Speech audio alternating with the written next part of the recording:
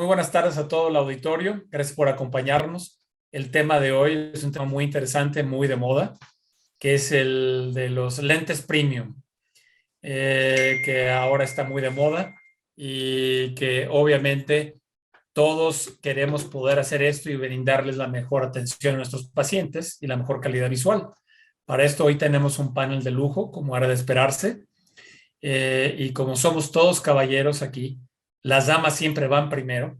Así es que, Bruna, por favor, coméntanos quién eres y lo más importante de tu currículum, que es muy extenso también, ¿no? Van, muchísimas gracias por estar aquí hoy con ustedes. Es un gusto participar hoy noche. Yo soy Bruna Ventura, yo soy oftalmóloga aquí en Recife, Brasil. Coordino el curso de residencia médica en oftalmología de la Fundación Altino Ventura y estoy muy involucrada en la parte de enseñanza, también en la parte de pesquisa. Entonces, yo soy parte del cuerpo editorial del Journal of Cataract and Refractive Surgery, de la Vision Pan America, soy editora jefe de la revista de Oftalmología en Foco, que es de Brascars, y soy presidente de Alaxa Joven, que me da mucho gusto estar en esta posición también ahora. Muchas gracias, Ventura. Para ser joven tienes un currículum muy extenso. Gracias. Digna familia de oftalmólogos todos, ¿no? Jaime, por favor, como aparecen de izquierda a derecha, no tengo ninguna preferencia salvo con las damas. Muy bien. Bueno, pues mucho gusto, muchas gracias por la invitación. Mi nombre es Jaime Macías y yo soy oftalmólogo y hice la subespecialidad en microcirugía del segmento anterior acá en México, en la Fundación Hospital Nuestra Señora de la Luz. Actualmente trabajo en el Instituto Mexicano de Oftalmología, localizado en la ciudad de Querétaro, en México. Y acá soy el jefe de enseñanza y aparte también tengo la jefatura del departamento de segmento anterior y córnea. Y soy el profesor titular del curso de alta especialidad de microcirugía del segmento anterior. Y también ante la Universidad Autónoma de México, pues soy el profesor titular del curso de oftalmo para la residencia médica que tenemos en el instituto. Y de cosas que hemos hecho en algunos años, pues ya por ahí de año 2010, aunque parece que parezca un poco más joven, pero es por la pintada de canas. La verdad es que ya pasé por la presidencia del Centro Mexicano de Cirujanos de Catarata ya en el 2010, aquí en México. Y he tenido la oportunidad de conocer a muchos compañeros, muchas generaciones de residentes y de fellows que hemos tenido. Entonces me encanta la enseñanza y es parte de lo que estamos haciendo ahora en general. Perfecto, muchas gracias, Jaime. Es extraordinario cirujano y extraordinario maestro, ¿no? Me consta por lo que están haciendo muchos de los ex becarios y residentes que están haciendo cirugías de altísima calidad y algunos de ellos obviamente ya posicionados en centros del extranjero que están haciendo otro becariado y lo que nos llega de lo bien preparados que están, ¿no? Es que felicidades, Jaime. Y Eduardo Viteri, bueno, él sí, viejo lobo de mar. ¿Cómo estás, Van? Bien, gracias, Eduardo, bienvenido. Me vas a hacer repetir otra vez. Para los que no te conocen, que son pocos. Yo soy un poco de casa porque soy editor jefe de Review of Ophthalmology en español y participo de muchas de las actividades de Oftalmólogo al Día, junto con Laura, Juan Carlos.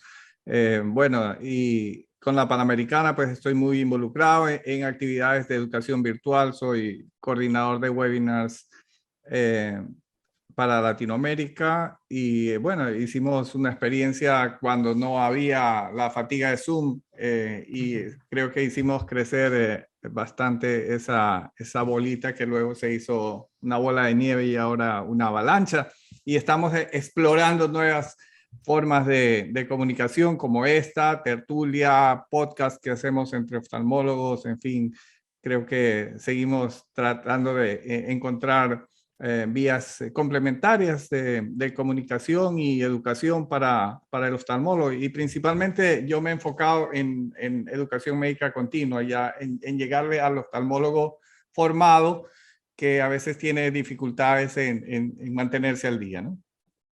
Eso sí, Eduardo hace una labor extraordinaria en todos estos medios y explorando y explotando todas estas nuevas plataformas, llegando por diferentes medios, que también es extraordinario porque a veces es la única forma que la gente puede actualizarse, ¿no? Así es que, bueno, como ven, todos tenemos un panel muy experimentado con muchos años de experiencia. Entonces vamos a empezar. Claro, Dijimos, también hago oftalmología, mucho cirugía de catarata y cirugía de lentes premium, por supuesto, si no, no estaría sentado aquí. digo, ya me mataste, yo hago poca oftalmología y hago mucho de lo demás, pero bueno. No, muchas gracias, bienvenidos a todos nuevamente.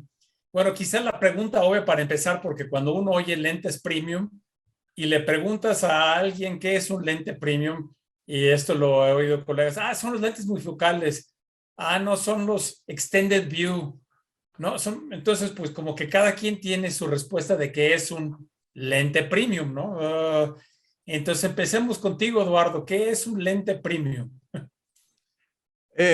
Bueno, la gama se ha ido ampliando. Cuando empezamos cuando los lentes, cualquier lente intraocular era un premium para el paciente. Cuando empecé la residencia, pues el lente intraocular era un premium. Y luego, pues los monofocales esféricos han sido el estándar. Y luego se consideró premium a los lentes multifocales difractivos, pero luego ese espectro se ha ampliado, como bien lo decías, y ya tenemos el blanco en el lente monofocal esférico, y luego pues ya tenemos los multifocales con corrección tórica, y en esa gama, pues, ¿dónde pones la línea divisoria? Y ahí lo dejo en el juego, la pelota. Jaime, ¿qué otra opinión tienes tú por ahí de qué es un lente premium para nuestros colegas? Pues mire, yo considero que ese apellido de lente premium lo debemos parte de la industria, ¿no? A la industria que ha querido posicionar un producto para resolver situaciones más allá de las que al principio podía resolver, como era el quitar simplemente una catarata, implantar un lente y devolver la visión a un paciente, ¿no?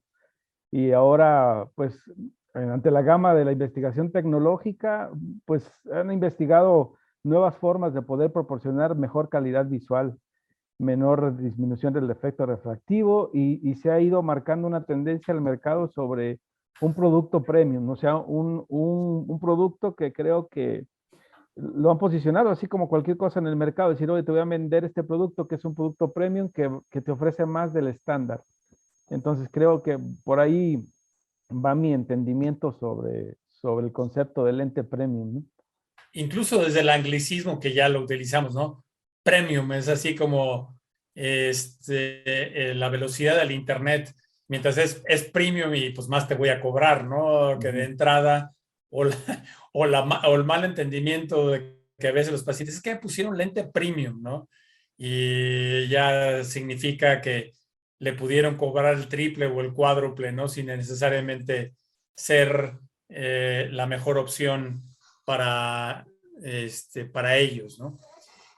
Bruna, ¿tú qué concepto hay en Brasil? Porque somos todos latinoamericanos, pero Brasil en muchas medidas es el gran gigante de Latinoamérica. ¿Qué concepto tienen ustedes de un lente premium, no? Pues este mismo, yo estoy de acuerdo con lo que Jaime habló de hace algunos años oíamos mucho como lente premium, como si fuera como otro nivel de cirugía y creo que eso fue mucho de la industria y ahora creo que está siendo valorado mucho más la idea de que la cirugía de catarata moderna es una cirugía personalizada. Entonces a veces el paciente va a beneficiarse mucho más de un lente que no es la que tiene la tecnología más, compleja. decir, más compleja, en fin. Entonces, creo que hoy mucho más importante que preocuparse en decir al paciente, vamos a ponerte un lente premium, es explicarle cuál es la mejor lente de entre todas, que quizás no sea la más cara, la que tiene más tecnología, y por qué en su ojo, una segunda opción y la diferencia para la primera, una tercera opción y la diferencia para las otras dos. Aquí en Brasil, ni siempre todos los lentes premium, vamos a decir así, todos los lentes son cubiertos por los seguros de salud. La mayoría de los seguros de salud no cubren los lentes tóricos para presbicia, etc. Entonces es muy importante en este medio que el paciente entienda si está pagando más, por qué está pagando más, y también que esté claro en esta charla que vale la pena que pague más. Entonces, a veces, lo que yo veo es que a veces gastar, como estar 5 minutos explicando más al paciente por qué estás indicando aquela lente, por ejemplo, el láser de femtosegundo, etcétera, por qué estás planeando su cirugía de una manera. El médico tener esta charla con el paciente es muy importante, de manera muy objetiva tener esta charla y convertir este paciente, porque a veces algunos médicos pueden delegar eso a una secretaria o, en fin, hablar de manera muy superficial y el paciente no comprender la importancia de esta escoja, que es una escoja que va a su eternidad. Yo bromeo y digo hasta la misa de séptimo día, aquí decimos, como es una escoja que vas al resto de tu vida. Entonces, creo que es mucho más importante que pasar al paciente la idea de lente premium, porque no es solamente la lente. El cirujano hoy en día tiene que ser premium, la tecnología tiene que ser premium, y para todos los pacientes. Entonces, creo que es mucho más el paciente sentir que su cirugía está siendo personalizada y el médico tener esta mirada. Me gustó mucho esto que dijiste, Bruna, porque es cierto, tiene que ser una cirugía personalizada, ¿no? Porque eso también es algo de lo que a veces los pacientes se quejan, es que yo no entendí, yo no pedí, tenemos que tomarnos, sin un lente intraocular monofocal tradicional, por así decirlo, a veces los resultados pueden ser inesperados o el paciente no estar satisfecho. El riesgo con estos lentes premium que pueden quedar descentrados, pueden quedar mal colocados, etcétera, aumenta las posibilidades de un paciente poco satisfecho, por no decir totalmente insatisfecho, ¿no? Una de las cosas que a mí siempre más me ha llamado la atención es precisamente, y hace poco estaba leyendo un artículo de un simulador que habían desarrollado en Israel, un sistema de simulación y no sé cómo funciona, voy a ya tratar de pedir un poco más de información, en que se lo ponen al paciente con unos lentes de prueba y eso le da la impresión a ese paciente de cómo se sentiría con un lente multifocal. Entonces, creo que es interesante porque para mí es la cosa más difícil explicarle porque algunos de los pacientes que he visto es que veo los anillos, no estoy satisfecho. En la noche no, ya no puedo manejar. Me dijo el doctor que iba a ver todo bien, sí, pero en la noche veo el glare, veo todo esto. Y esa sería una pregunta que me gustaría ponerles a todos. Es, ¿cómo le explican ustedes a ese paciente? Vamos a utilizar el ejemplo de los lentes multifocales porque quizás sea el que los tóricos también tienen sus cosas, pero el multifocal, que es que quizás el que más sintomatología, y voy a llamar entre comillas sintomatología, pueda dar. Jaime, ¿cómo le explicas tú a ese paciente o cómo le dices o qué le enseñas para que tenga una idea de qué es lo que va a experimentar una vez que haya tenido la cirugía? Bien, usualmente cuando llega un paciente a mi consulta siempre trato de hacer una evaluación sobre las necesidades visuales del paciente, ¿no? Y trabajar sobre ellas. Pregunto qué se ocupa, a qué se dedica, si el paciente me dice, oiga, manejo mucho en la noche, hago actividades que implican un esfuerzo visual importante, muchas horas en la computadora, algún tipo de deporte, en fin. Y en base a eso voy tratando de ir delimitando las necesidades visuales, porque de eso depende, y también digo, en base a la evaluación ya armada con estudios, cuál es el lente ideal para ese paciente. Y entonces ya me voy sobre los efectos secundarios que podría proporcionarle a este paciente, ¿no? Si veo que tiene pupilas muy grandes en la noche y todo esto, pues yo sé que este paciente va a tener muchos disturbios visuales. Entonces, es como parte de evaluación integral. Entonces, yo, en base a la evaluación clínica que hago, es cuando le empiezo a explicar al paciente las posibles efectos secundarios que pueda tener el ente, ¿no? yo le explico que no es, que el lente finalmente es como una prótesis, no es algo natural y es algo que va a tratar de imitar la función normal, pero que va a tener ciertas limitaciones respecto a la calidad visual o los efectos secundarios. Entonces, trato de simularle al paciente, no tengo un modelo en particular, sino con palabras, lenguaje, digamos que muy claro, le puede ir explicando si va a sentir que vea halos en la noche, si va a sentir que va a ver distorsionado, si va a sentir eh, cosas distintas respecto al manejo en la computadora o al manejo de hacer una actividad física. Y trato de ser muy claro y creo que la parte importante es que también eso nos quede por escrito, ¿no? Porque a veces los pacientes llegan con expectativas muy altas y cuando tú no las cumples, luego el paciente te reclama y te dice, es que yo veía mejor, mejor no me hubiera operado, ¿no? Entonces sí tiene que quedar como muy claro, pero tienes que tener una constancia, ya sea con un familiar que entienda lo que pusiste y decir, mire, aquí está escrito que yo le expliqué esta parte, ¿no? Para que luego no tengas ese debate del paciente que te busca y te busca para resolver una situación que pudiste haber evitado por una falta de comunicación.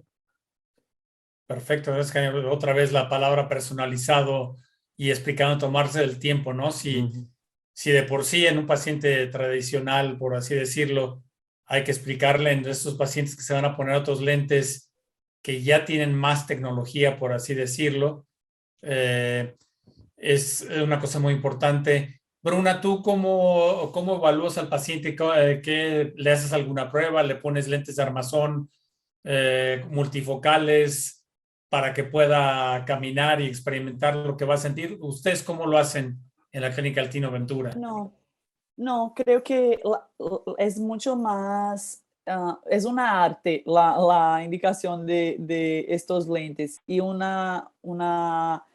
siempre yo digo que lo que combinamos no sale caro para nadie. Entonces, esto que Jaime dijo que siempre explica y de una manera muy objetiva qué es lo que puede sentir, las ventajas y desventajas de cada una de las opciones.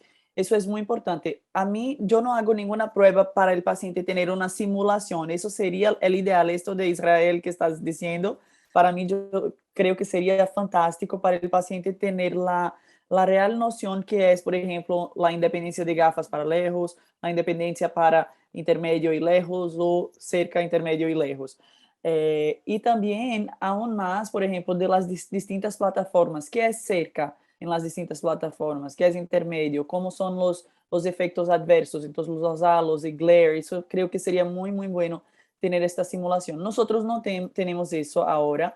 Lo que yo hago es, así como fue hablado, tener una mirada distinta en relación a qué son los hábitos del paciente, trabaja con qué, si es un paciente que es extremadamente, tiene una expectativa extremadamente alta con la cirugía, si es un paciente, por ejemplo, ahora en Brasil recién aprobamos la extracción de cristalino translúcido. Entonces, este es un paciente que, en mi opinión, solo vale la pena hacer una extracción de cristalino translúcido si es un paciente candidato, por ejemplo, a una trifocalidad o una EDOF. Entonces, un paciente en que tienes una expectativa de quitarles las gafas y no sencillamente quitarle el cristalino y que continúe con la misma visión y la misma dependencia de gafas.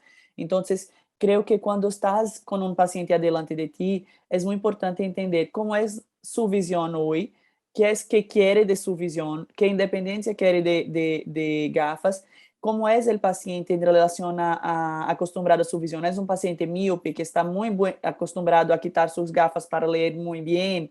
No, es un paciente hipermétrope, es un paciente que tiene, por ejemplo, una ectasia corneal, no, es un paciente que tiene un post-LASIK, es un paciente post-RK, que hoy creo que es uno de los más grandes desafíos, porque quien operó de RK hace algunas décadas fueron pacientes que tenían como objetivo quitarse las gafas. Muchos de ellos están de nuevo con gafas, ahora con una catarata, y son desafíos en relación al cálculo biométrico. Entonces, cuando ellos llegan para la cirugía de catarata, muchos piensan que, me opero la catarata, ya quito las gafas. Entonces, es toda una conversa, una plática para explicarles los desafíos, los buenos resultados, pero que tengan expectativas realistas. Entonces, eso todo es muy importante y algo que siempre hago en los pacientes es hacer la medición de su visión sin gafas. Entonces, a veces el paciente está tan acostumbrado con las gafas y el 20/30, 20/40, que cuando lo dejas 20/20 sin gafas, para él es como si todavía tuviera su comparación es con gafas antes de la cirugía. Entonces, es muy importante, y eso que Jaime habló de estar siempre con todo escrito en el prontuario electrónico del paciente, es muy importante. Siempre tengo la medición de su visión de lejos y de cerca, si es un paciente para corrección de presbicia también, apuntado. Y muchas veces los pacientes se olvidan un poco cómo era su visión antes y yo enseño, mira, solo veías este tamaño de letra, mira cómo estamos ahora. Y en relación a los halos y glare, lo que yo hago, en general, cuando estás indicando a un paciente, por ejemplo, para una trifocalidad, puedes ir a una trifocalidad o a uno de los lentes más nuevos que no tienen todos los anillos. Y yo explico a los pacientes, entonces, cuando eres candidato a las dos, las ventajas de la trifocalidad es que, en general, el cerca es muy, muy bueno. Es muy raro un paciente con una trifocal bien calculada y planeada necesidad de gafas. Ya en nuestra otra tecnología, a veces sí necesitas de gafas si es un paciente más bajito, en fin, puedes necesitarlo, pero este de aquí da mucho poco a los y glare cuando manejas en la noche y todo. Este otro puede ir dar principalmente así que operamos. Entonces, como si el cerebro necesitara de un tiempo para ir acostumbrando.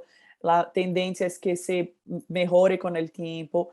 Y las palabras son muy importantes. Entonces, cuando digo que la tendencia es que se mejore, no es que sí se va a mejorar, es calma, respira, que sí va a mejorar. Y el emocional del paciente cuenta mucho. Entonces, en la inmensa mayoría de los pacientes, los halos y glare no son un problema cuando los candidatos son buenos para la trifocalidad. Entonces, creo que esta plática antes de la cirugía es muy importante para que después de la cirugía la plática sea, mira, ¿te acuerdas que dije que es normal?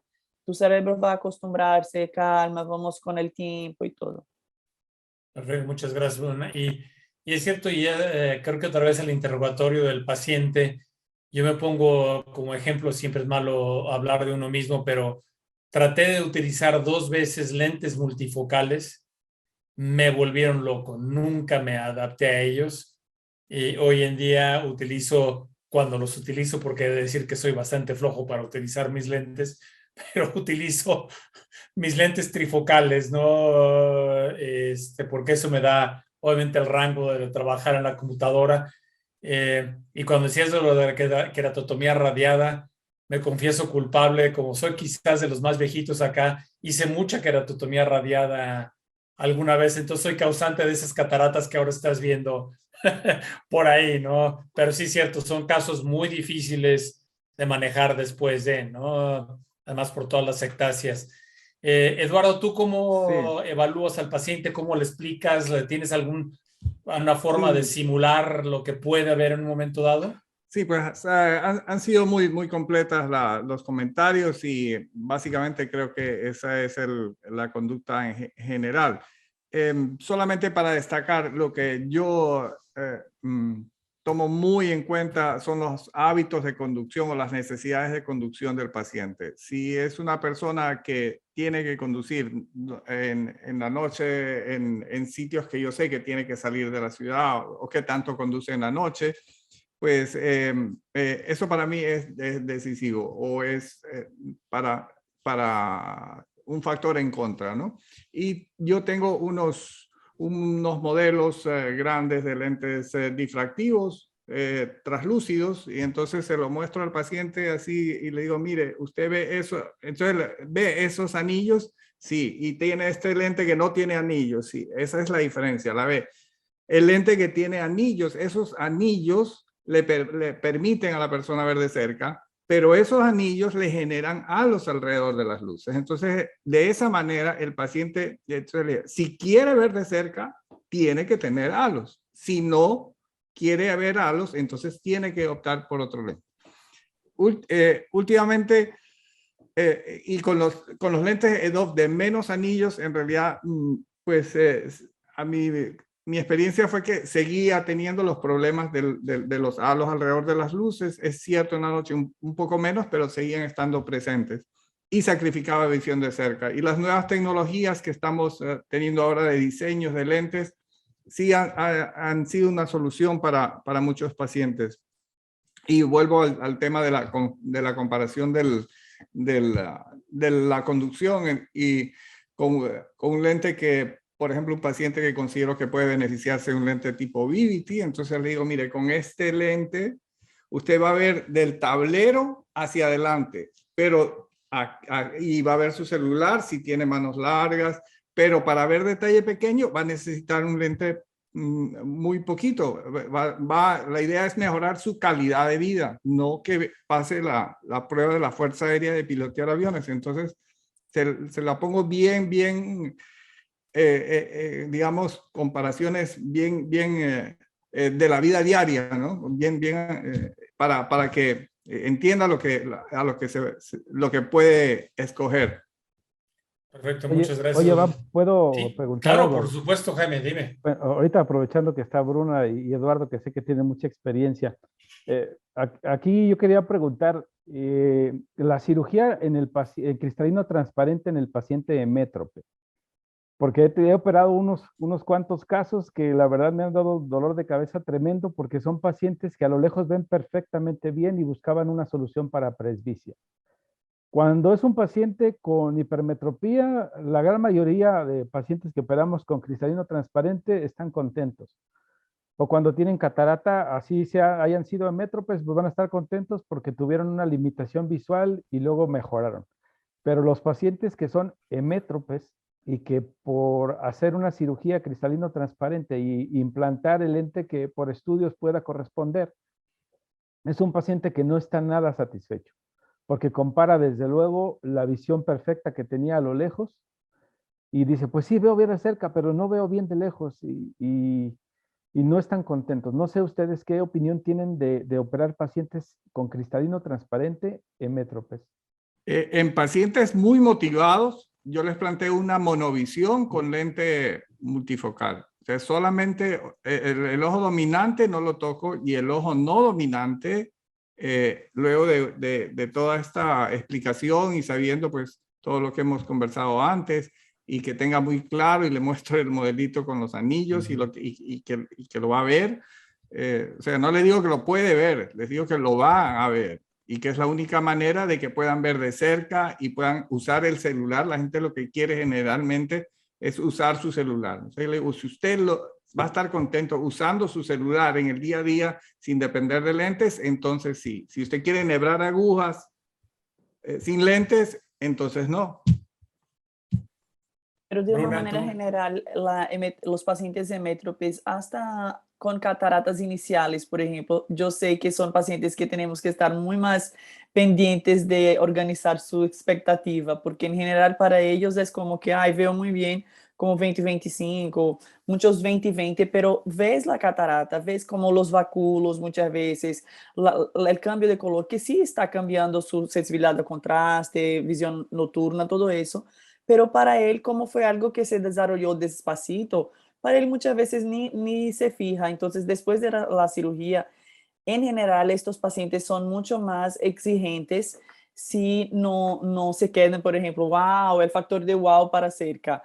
Es como si, ay, ok, mejoró un poco para cerca, pero para lejos antes yo veía mucho mejor. Y entonces son pacientes que sí, Jaime, estoy de acuerdo. Mismo con cataratas iniciales tenemos que estar más pendientes, aún más si es un cristalino transparente. Sí. Gracias.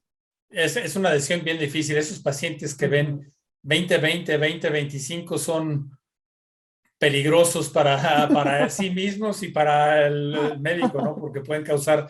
Yo me acuerdo hace muchos años cuando todavía estaba trabajando en Florida, me tocó una paciente que dije, esta paciente no la toco ni por equivocación. Una señora de 70 y tantos años, retirada, viuda, bronceada. Y doctor, es que quiero que me operen pasado mañana. ¿Y por qué? La próxima semana tengo torneo de golf. Ah, no.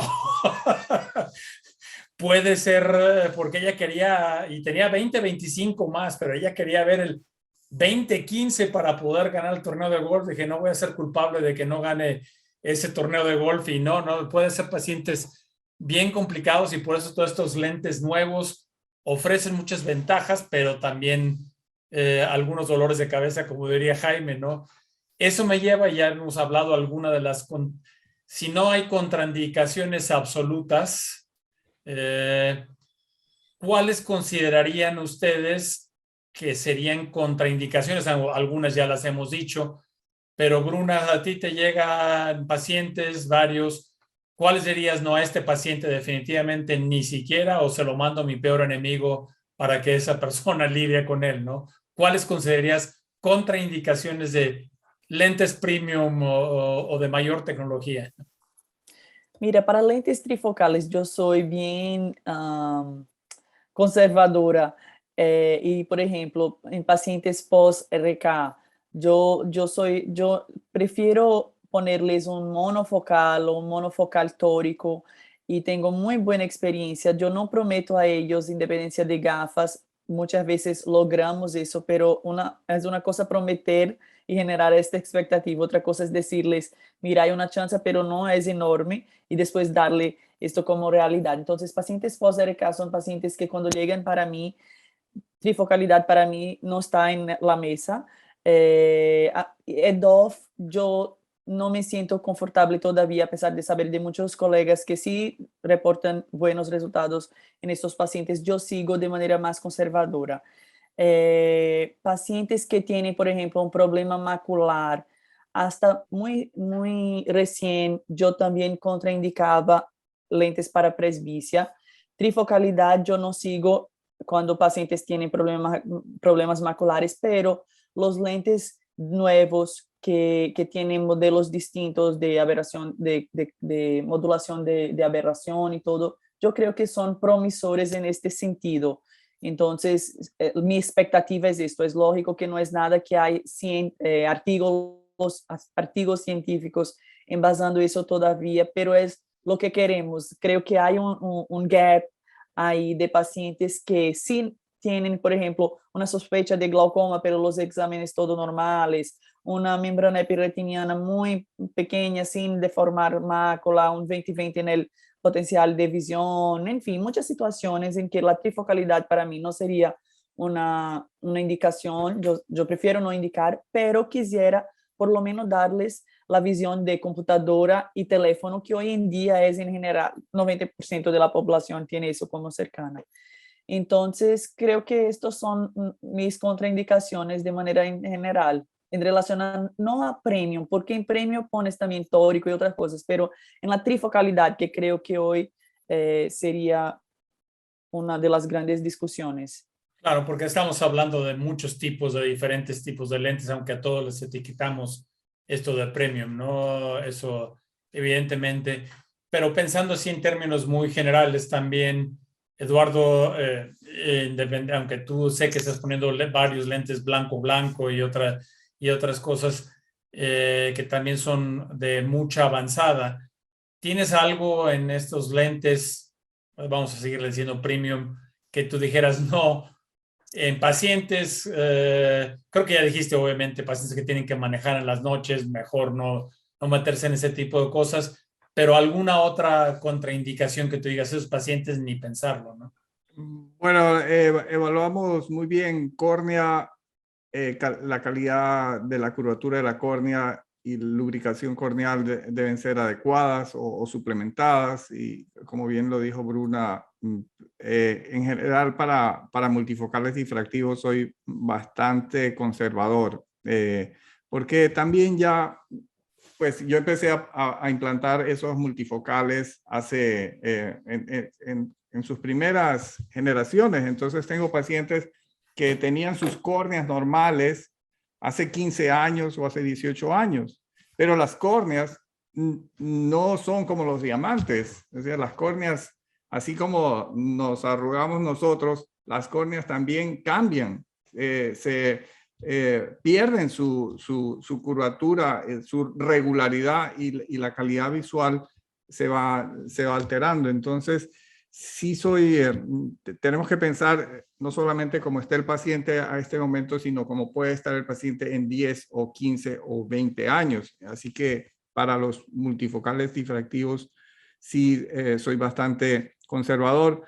y he visto muy buenos resultados en algunos pacientes, no de patologías extremas, pero pacientes con lesiones campimétricas leves o moderadas, en pacientes, en los pacientes que tienen cirugía refractiva previa, inclusive en algunas queratotomías que no tienen mucha distorsión con los lentes EDOF, porque en lentes en donde la predictabilidad del cálculo no es tan buena, entonces como estos nos dan un rango mayor de profundidad de foco, podemos acertarle con más facilidad dentro de ese rango y lograr una mejor calidad visual y mayor independencia de lentes. Pero obviamente todo esto se le dice al paciente, no, es para lograr la mejor visión posible, pero no necesariamente independencia total de lentes. Perfecto.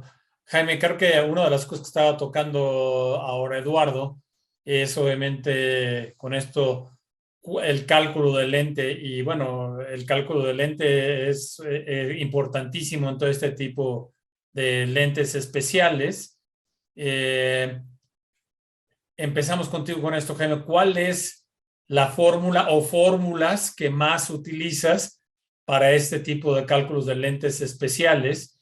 Y si haces algunos otros estudios, sé que algunos hacen estudios de aberrometrías previos y dicen las aberrometrías no me van a funcionar con este paciente, no recomiendan nada. Entonces, empecemos con eso, Jaime.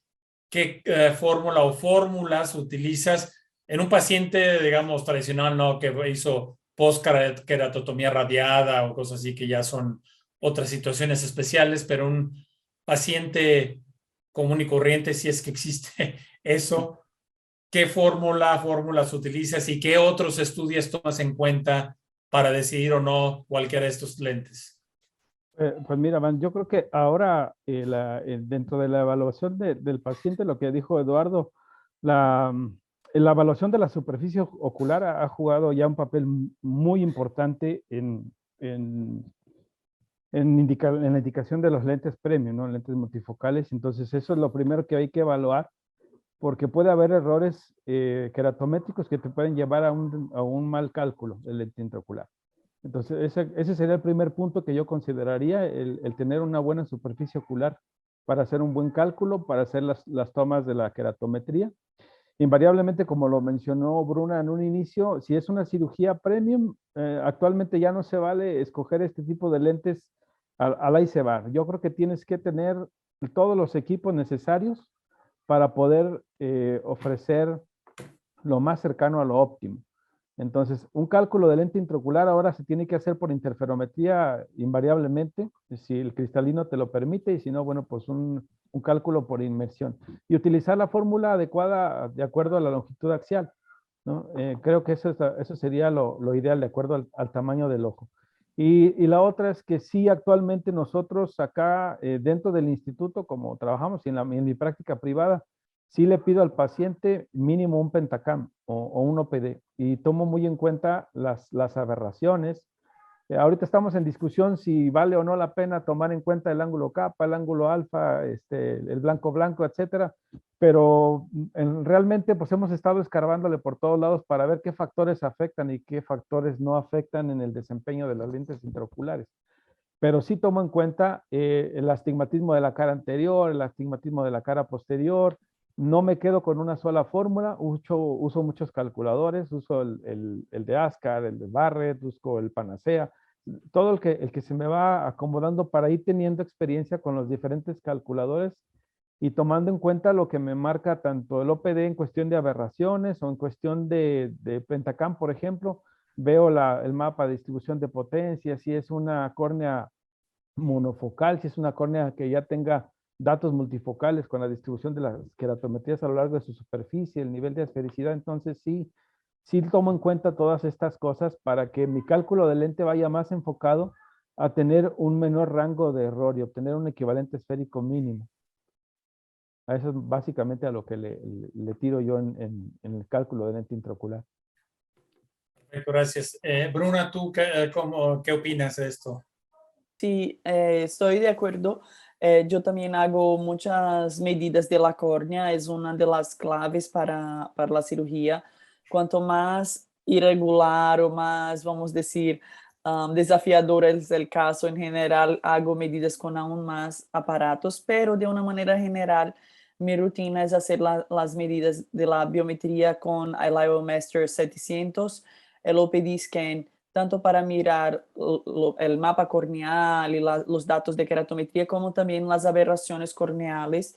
Yo veo que sí son importantes para la indicación de algunos lentes en algunos pacientes, entonces sí yo valoro. La cuestión de ángulo capa es una discusión de muchos años ya, pero es algo que en mi práctica yo no me fijo. Y en relación a las fórmulas, a mí me gusta mucho utilizar la Barrett, sea la TrueCAD, sea la Universal 2. Y en relación a la calculadora para toricidad también es mi rutina utilizar la calculadora tórica de Barrett. Entonces, a veces, en casos muy puntuales, utilizo otras fórmulas, pero de una manera general, las de Barrett me gustan mucho y con muy buenos resultados. Perfecto, muchas gracias, Bruna. Eduardo, ¿qué más nos tienes que decir al respecto? Sí, bueno, yo uso el Pentacam AXL y la verdad es que eso me ha optimizado mucho el paciente en una sola estación y en poco tiempo tengo toda esa información. Utilizo efectivamente la fórmula de Barrett bastante y también estoy utilizando últimamente fórmulas de trazado de rayos de Olsen, que también forma parte del paquete. Generalmente no busco, pocas veces busco otras fórmulas. Más bien me doy cuenta que si hay mucha discordancia en los resultados entre que me dan varias fórmulas, ese es un cálculo poco predecible. Y para poder tener buenos resultados en lentes premium tenemos que tener una predictibilidad muy buena. Entonces, cuando veo que tengo resultados consistentes con 2 o 3 fórmulas, pues sigo adelante. Pero si se me disparan para distintos lados, ese no es un caso para lente difractivo. Muy interesante porque sí, es cierto, a veces cuando uno hace cálculos y están por todos lados, es mejor no meterse, ¿no? Porque hay algo ahí que no estamos evaluando bien y creo que alguna de lo que he coincidido los tres es que afortunado o desafortunadamente necesitamos de aparatos. Esto es una realidad y son caros. Entonces esto tampoco es una práctica que para todo el mundo porque he visto colegas, sí, es que le voy a poner lente multifocal a la tía de no sé quién y le pregunto, ¿cómo lo hace? No, nomás le tomo el eje AP y las keratometrías y le vas a poner multifocal así como que queremos hacer cirujanos cowboys, ¿no? Y creo que eso debe ser uno de los mensajes que no hay que hacer las cosas como se deben de hacer porque pueden darnos muchos dolores de cabeza. Incluso algunos han acabado en cosas legales, ¿no? Que eso también es un problema que tenemos que tener que tomar en cuenta, ¿no? La última pregunta que quiero ponerles a ver qué opinan para que luego podamos grabar la pregunta que vamos a tirarle, que cada uno le va a decir ustedes a un colega a quien se lo quiere hacer, porque siempre el tiempo nos hace falta y estamos cerca de esto, pero Jaime, voy a empezar contigo porque sé que lo haces. Jaime, para los que no lo conozcan, además es un extraordinario cirujano, tanto así que operó a mi esposa de ambos ojos, con eso les digo que tanto lo quiero. Se me hace que quiere más mi esposa a Jaime que a mí, pero bueno, ¿qué le vamos a hacer? Jaime hace cosas muy interesantes. Empezó nada más hacía facomulsificación. En un momento dado, cuando empezamos a hacer algo de cirugía de incisión pequeña, mal llamada así, realmente debería ser cirugía extracapsular sin suturas, pero bueno, ya todo el mundo la conocemos como SIX o M6.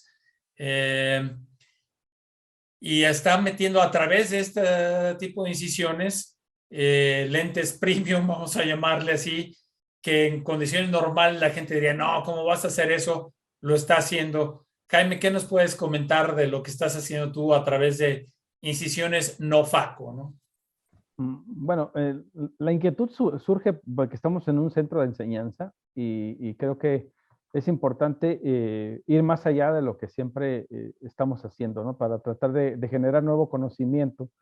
Entonces, en base al manejo de simuladores que tenemos acá en el instituto, de la cirugía de M6, del practicarla mucho, de tratar de dominar el astigmatismo inducido, el de ver las bondades de la técnica de M6, que comparte muchos pasos con la FACO, pues hicimos un protocolo para implantar lentes multifocales con la técnica. Pero pues seguimos aumentando la muestra porque francamente, o sea, con algunos casos nos ha ido muy bien, sorprendente muy bien, y con otros casos no tan bien, porque finalmente, como es una incisión que se hace de forma manual, sí podemos no tener un control directo sobre el astigmatismo, que sería la parte que más nos pegaría en el manejo del implante de un lente multifocal, por ejemplo. Ahora que he tratado de hacer algunas innovaciones en el tamaño de la incisión, ahora he hecho incisiones de 4 milímetros de forma escleral, pero fractura el cristalino con el dispositivo este que sacó Zeiss del MyLoop y me permite sacar el cristalino fragmentado de forma manual y implantar un lente plegable a través de esta incisión, ¿no? Entonces, la parte interesante es que hemos tratado de evaluar las córneas de los pacientes y hicimos otro protocolo ahí en el instituto para saber si se inducían o no aberraciones sobre una córnea con una incisión interna, ¿no? Y nos dimos cuenta que sí en alguna muestra de pacientes pequeña aumenta la aberración esférica de estos pacientes. Entonces, que son datos que tenemos que tomar en cuenta. Y también ver la inducción de ojo seco que puede tener por hacer una incisión más grande a nivel, al retirar la conjuntiva. Entonces, sí son cosas que hemos tomado en cuenta, pero estamos investigando los alcances de esta técnica.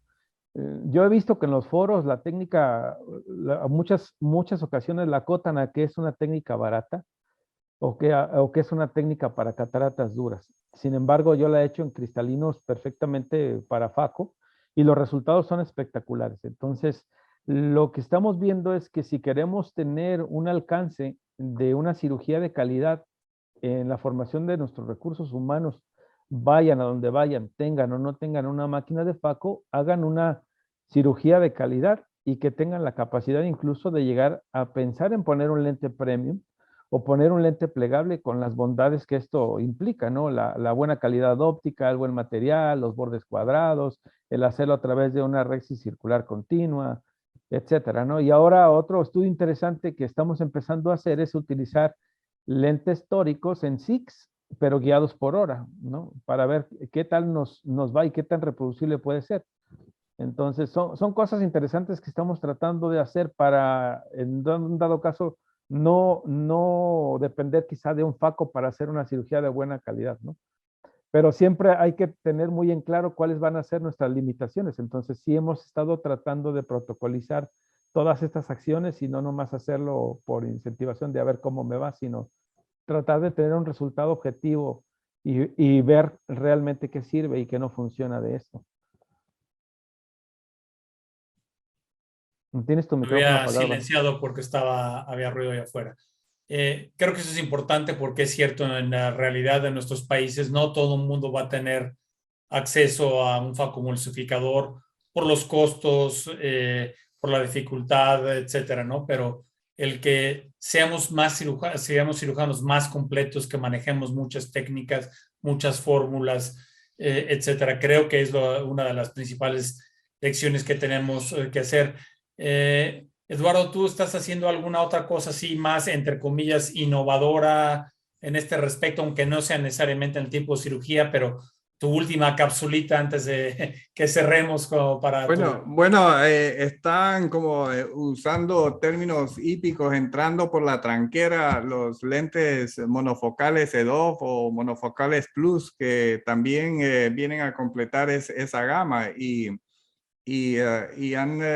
reducen la cantidad de pacientes que usan un lente estándar, ¿no? Todavía necesitamos en esos lentes disponer de monofocales EDOF tóricos, que eso ya pondría más valor a la disposición de los pacientes. les da una visión funcional. Yo a esos pacientes les digo, pues con ese lente, sí, le va a costar un poco más, pero dentro de su casa va a poder hacer mejor sus cosas que con un lente monofocal estándar, ¿no? Yo creo que eso ha venido es un lente que lo estamos implantando bastante, a pesar de no tenerlo tórico todavía. Sí, pero si tengo que escoger si el paciente tiene astigmatismo, todavía no me voy por ese lente. Prefiero corregirle el astigmatismo antes que darle una mayor profundidad de foco. Perfecto, gracias. Bruna. Sí, estoy de acuerdo con Eduardo. Fue interesante que Jaime mencionó esta técnica de SIX. No hacíamos la técnica de SIX aquí en la fundación y en el comienzo del año ahora tuvimos el doctor Edgar González de Paraguay aquí enseñando a nosotros la técnica de SIX. Nosotros tenemos una enseñanza muy fuerte de extracapsular y creemos que es muy importante, como Van habló, que el cirujano de faco tenga la seguridad y el plan B, un plano B, porque si ves otra necesitas de una manera de quitar el cristalino que no sea la facoemulsificación, mismo que tengas un faco. Entonces creemos que es muy importante y vemos que es muy importante para enseñar para los residentes la técnica de extracción del cristalino, sea por extracapsular ahora con SIX. Y realmente es impresionante los resultados. Me están gustando mucho la parte de la córnea, como mencionó Jaime. Y de acuerdo con Eduardo en relación a estos monofocales plus, a pesar de no prometernos para estos pacientes la cuestión de cerca, es impresionante cómo se quedan bien en relación a la visión funcional. Entonces creo que ahora estamos en un momento de la cirugía de catarata que es lógico que siempre tenemos campo para mejorar, pero hoy estamos mucho mejor que, por ejemplo, 3 años atrás o 2 años atrás, 2 años y medio atrás, con estos nuevos lentes que llegaron. Y ojalá llegue luego el Tórico Plus, que seguro que también va a hacer una diferencia muy grande. En relación a las cosas distintas que estoy haciendo, son aparatos, es un aparato que no es nuevo, es un aparato antiguo. Eduardo creo que ya me oyó hablando de él, que es el cauterio de radiofrecuencia, pero es impresionante cómo ayuda el cauterio de radiofrecuencia en algunos momentos, no de catarata premium, de cirugías premium como estamos hablando, pero pacientes postraumáticos, a veces jóvenes en que sí estás queriendo darles una muy buena visión sin gafas, pero que tiene, por ejemplo, fibrosis capsular, en niños, que también yo opero muchos niños, además de los adultos con premio. Entonces, el cauterio de radiofrecuencia, yo digo que en mi quirófano es mi amigo, así como mi facoemulsificador. A mí son mis dos amigos. ¿Es el mismo equipo que lo vienen usando hace ya tiempo, Bruna, Sí, o sí, nuevos sí, diseños? el mismo. Y recién estaba en un webinar el año pasado, enseñaron un equipo de radiofrecuencia que están ahora teniendo también en México, Jaime. No me acuerdo de qué hospital era el doctor. Y cuando vi el cauterio de radiofrecuencia, no es el mismo que el mío, porque el mío es fabricado aquí en Brasil, pero funciona de la misma manera. Y yo, es una cosa impresionante para estos casos desafiadores. Entonces, solo para traer también este tip y esta novedad, que no es nueva, como estábamos diciendo, pero es algo que ni siempre está disponible en los servicios y es algo que suma mucho en estos casos desafiadores de catarata. Perfecto, pues muchas gracias. Me da gusto ver que ya están haciendo SIX. No son muchos los centros en Brasil. Conozco bien a Edgar, que fue por allá, pero y de verdad, de corazón te lo digo poniéndome antes que Jaime, realmente lo que está haciendo Jaime y su equipo están haciendo cosas impresionantes y tienen un simulador de cirugía de catarata de SIX y ya también con modo de complicaciones, y es impresionante la retroalimentación táctil y el realismo visual que tiene. Entonces, si tienes a alguien que quieras mandar, Jaime, ya me estoy adelantando al ofrecimiento, pero No, adelante, la verdad que tenemos que los mandes a simuladores alguien, abiertos. porque O sea, incluso sería una buena forma de Sí. intercambiar experiencias entre diferentes centros aprovechando que el sí. comercial, ¿no? Sí, así es. Vamos a hacerlo. Muy bien, pues Jaime. estamos ahí a la co- disposición. La invitación que Van hizo para que vayamos a visitarte. Definitivamente. Excelente, Como padrísimo, dice nos la encantaría. canción, échame a mí la culpa, no hay problema. Muy bien. No, pues muchísimas gracias a los tres. Ha sido una conversación extraordinaria, muy divertida. Vamos a terminar como siempre con una pequeña capsulita, el último minuto, algo que quieran transmitir. Cuando terminemos las cápsulas, ahí cortamos la grabación del programa y hacemos la grabación de la pregunta que ustedes quieran y si quieren nominar a alguien para que la responda.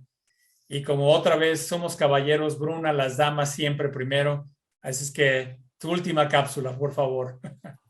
Mi último comentario sería que la idea de realmente mirar cada uno de nuestros pacientes con catarata como un paciente que necesita y que merece una cirugía personalizada. Creo que esta es mi mensaje. Entonces, sea con un lente monofocal, sea con un lente esférico, que en algunos pacientes el mejor lente que puedes dar hoy todavía es el esférico, sea un paciente para trifocal, para tórico, en fin. Es muy importante mirar el paciente, sus necesidades, que fue algo que también hablamos mucho aquí, y darle la mejor sugerencia en relación a su cirugía. Creo que eso es el camino para el suceso y los pacientes felices y el médico feliz. Muy importante. Sí. Y el abogado todavía más feliz. No, el abogado no se queda feliz en este escenario. Eduardo, por favor. Bueno, tal vez comentar que en lentes difractivos tengo tolerancia cero con el astigmatismo, ¿cierto? El astigmatismo más bajo que pueda tener el paciente, si considero que lo puedo reducir, lo utilizo. Los lentes, el lente que más utilizo tal vez es el T2. Y también le presto atención mucho al astigmatismo refractivo, sobre todo si son pacientes que tienen agudeza visual corregida confiable. Le presto mucha atención al astigmatismo de la refracción subjetiva y lo considero en la decisión del lente a implantar. No solamente considero la queratometría del paciente. Creo que eso me ha ayudado mucho en mejorar mis resultados postoperatorios. Excelente, muchas gracias, Eduardo. Y Jaime. Pues yo diría, igual como ya mencionó Bruna, personaliza la cirugía de acuerdo a la necesidad del paciente, y la otra sería, siempre mira la superficie ocular, ¿no? La superficie ocular ahorita desempeña un papel muy importante, y creo que ese sería mi mejor consejo antes que hacer una evaluación. Siempre mirar la superficie ocular y ver las necesidades visuales del paciente, lo que él requiere. Ahora vamos a crear la especialidad que se llama superficiólogos, cómo van las cosas, ¿no? Pero es cierto, cada vez vamos prestándole más atención y con toda la razón, ¿no? Bueno, pues al auditorio, muchísimas gracias por acompañarnos. Estarán de acuerdo conmigo que fue una conversación muy interesante, abre muchas perspectivas, y con eso terminamos. Esperemos que sea de su agrado.